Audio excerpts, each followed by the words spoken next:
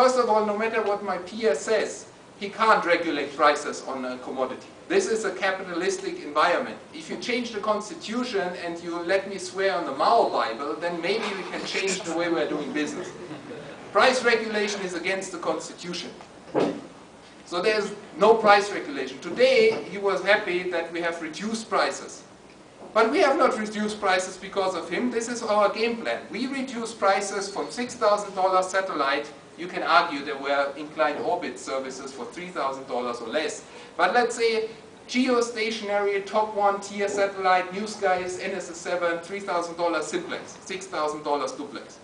Who refuses that statement? Everybody in agreement still? $6,000?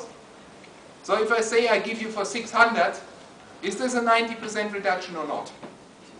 It is. Thank you. At least we are agreeing on the mathematics part of the economics. So now, if I give you now $200 instead of 600, does it change the business case of an ISP? Huh? I don't think so. You see, if it's $1,000, $600, $400, $200, you guys are in the, or most of you guys who work with an ISP, are in the bandwidth dilution business. It should not matter to you if the commodity is 600, 400, 300. The quality of the commodity matters much more. A reduction of 90% should have given you a boost in uptake, which allows you to do higher contention ratios, which allows you to don't care anymore how much the commodity costs. The problem is, again, that people are so fixated on somebody else must be to blame why I'm not having this explosion which everybody was promising for. So we are blaming people for, oh, now it's $600, it should be 200. So my plan from day one was, I reduce by 90%, I sell at 600. When people then have signed, which took them months and months and months, and still people are, should I sign, shouldn't I sign? Now I went there and said, okay, whoever was lucky enough to sign gets 4 times the capacity. Because otherwise I know my dear friends in the ISP market. They need 10M, they will sign for 2. Huh? And then they congest and then everybody says, but the submarine doesn't work. No? It's worse. I have people complaining, submarine is, or the Mombasa link is giving me 3,000 milliseconds. My friends, read your IP book. ICMP is a low priority protocol. If you're overbooking your link, my fiber will always do 6.38 milliseconds. Even if you stand on it, if it's raining or snowing, it's 6.38 milliseconds or it's down. It has nothing in between. There's no error correction. It's a DWDM link. It's either 6.38 or nothing. Very easy for me to maintain. If the light is green, if the light goes red, warning, not good. Yeah? Issues. So 6.38 milliseconds. Now how can you write to me that you are having 3,000? As a techie, you write to me you have 3,000. And you're not asking yourself, what am I doing wrong? It's of course, it's a stupid operator. You know, KDN's fiber goes in a loop. It goes twice around the equator and then back. Because KDN has done something wrong in the routing table or what.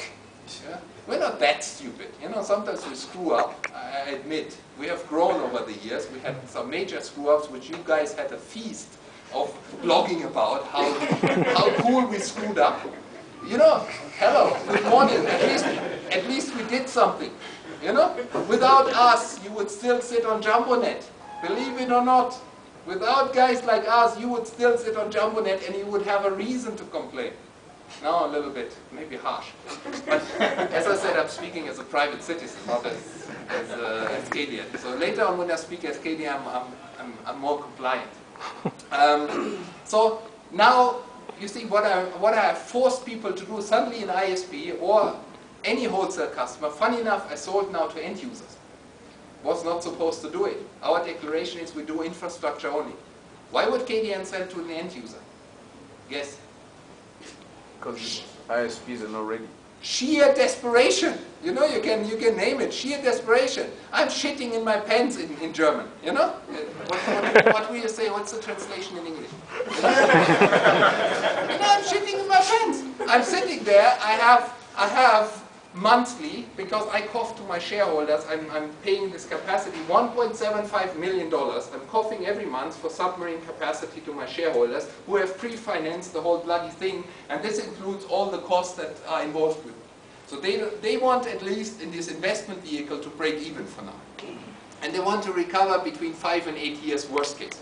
Which, by the way, if you guys don't like it, then I'm asking you, why are you buying Safaricom or Kengen infrastructure bonds, which have a 12.5% return, which, if you ask the financial geek here, he will tell you it's exactly 5 years return, isn't it? He looks clever, he knows. Huh? So you're buying 12.5% infrastructure bonds because you want a 5-year return on your private money. But if an operator says, I want return on my submarine investments in 5 years, you say, this private sector guys, you know, they will reduce the prices. Hey guys, honestly, my shareholders have a right to a return as well. And even if they say 8 years, which is an 8% return or whatsoever, little hint for interest calculation, if you divide by 7, you get there. You know, 7% doubles your money in 10 years. Take it from somebody like me. And then I'm selling him an insurance policy. I'm not selling him bandwidth. I should sell him an insurance policy that under all circumstances, I, as the operator, will make sure that you, as the customer, will transact what you need for your business at any given time. Same applies to the small guy on the street who might be able to afford 50 shillings. Ask him what he needs. We are all talking broadband. You see, we're these big guys, because we are from the industry. We know. People need broadband. Well, the first thing people need is maybe an email account that works every time they want to access it. That's already a good start. Second thing they need is maybe a nice Google search where they can find information on the web. Broadband is in the need pyramid, not on the base.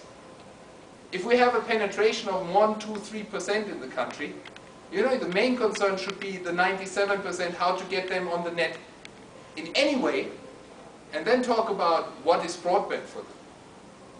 I believe broadband is when you can do what you want to do, when you want to do it, without getting restricted by your bandwidth, you know, to suit your personal needs. So broadband for me, because my wife wants to watch a German movie and I have to download it from eDonkey, you know, broadband for me might be a 100 meg fiber line I have at home, which I have, by the way. And it's only 100 meg because my stupid little D-Link can't take more. And it's actually only giving me 78 megs duplex. I'm really disappointed. I have to London to Peering 78 megs only because my stupid router doesn't pass more. I think it's the efficiency of the Ethernet protocol, something like this. I have to tweak it, and my office refuses to give me a gigabit router. And I have an old computer, 3 years old. It doesn't take a gig port anyway. So I'm living with a 78 undiluted megs at home. You're spoiled. You see? And still, I tell you, I come home. You see, I come home, I tell wife, I go and take shower, I put on jeans, I come down, what do you want to watch? Wife says I want to watch XYZ. Of course, she wants to watch what she has just seen on the top 10 of the blockbusters. So you go, click, click, click, click, click. Then you go shower. You go down, you have 4 as a selection. Yeah? Nicely. And then you put them on USB sticks, it goes into the Xbox, it plays on the TV. Not bad, you know? But is this broadband? Mostly yes, but some of those times I'm really getting pissed off with those Europeans that are sitting on ADSL lines that are only having a 1 meg uplink. So if you want a movie from them, you know, it takes ages. You know? Now, of course, I would consider this not broadband, because I want the movie now, and I can't have it now. Isn't it? Yes, I'm spoiled. The whole idea is to spoil the market, but why don't we start spoiling the 97% of the people who have no access first with something, not with everything. This is where Butterfly comes in. We have a free LoopNet, we have free email accounts. I know you guys hate Butterfly. If I read your blogs, Butterfly is coming, and if Butterfly goes, the Antichrist comes. But the Antichrist is actually a diluted version of my Butterfly. It's bad, because Wi-Fi is bad by definition, and KDN is bad anyway. You know, of course, I don't like Microsoft because they're big. I don't like Google because they're big now. And you guys don't like KDN because we are big now. I understand. You know, I get the point. I've been there.